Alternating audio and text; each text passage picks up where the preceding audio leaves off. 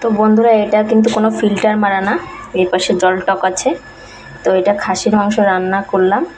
তো কি করে করলাম তো চলো দেখো। হাড্ডি থেকে পুরো একদম সব আলাদা হয়ে যাচ্ছে, এরকম নরম একেবারে। দেখো মাংসগুলো কীরকম গুলে গেছে।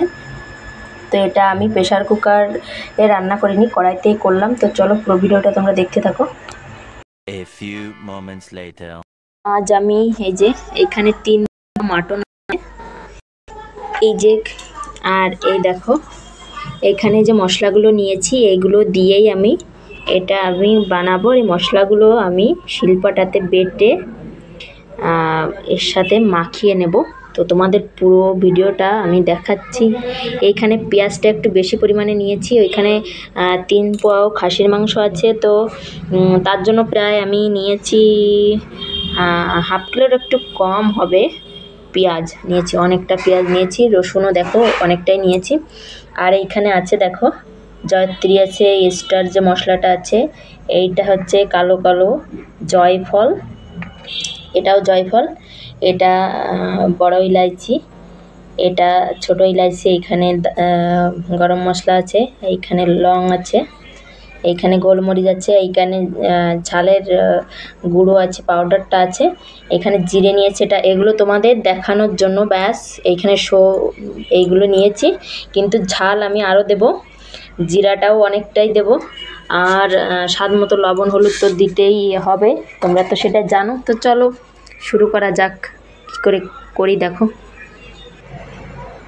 তো বন্ধুরা দেখো যে মশলাগুলো দেখেছিলে সব আমি একসাথে বেটে শিলপাটাতে দেখো বেটে আমি এগুলো মাখিয়ে নিয়েছি। এটা কিছুক্ষণের জন্য আমি ঢাকা দিয়ে রেখে দেবো।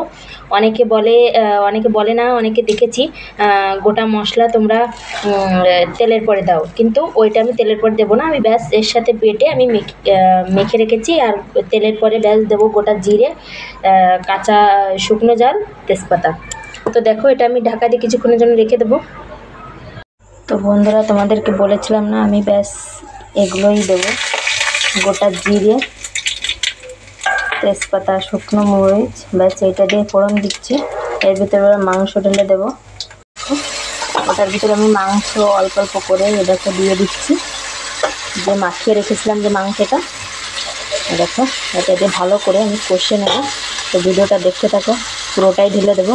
তো বন্ধুরা কষানোর পরে আমি জল ঢেলে দিয়েছি, তোমাদেরকে দেখাতে পারিনি, যাই হোক। এই দেখো এবার হওয়ার অপেক্ষায়, এবার ঢাকা দিয়ে রেখে দেব। বন্ধুরা মাটন কিন্তু আমার রেডি। তো কেমন লাগলো ভিডিওটা অবশ্যই কমেন্ট করে জানিও।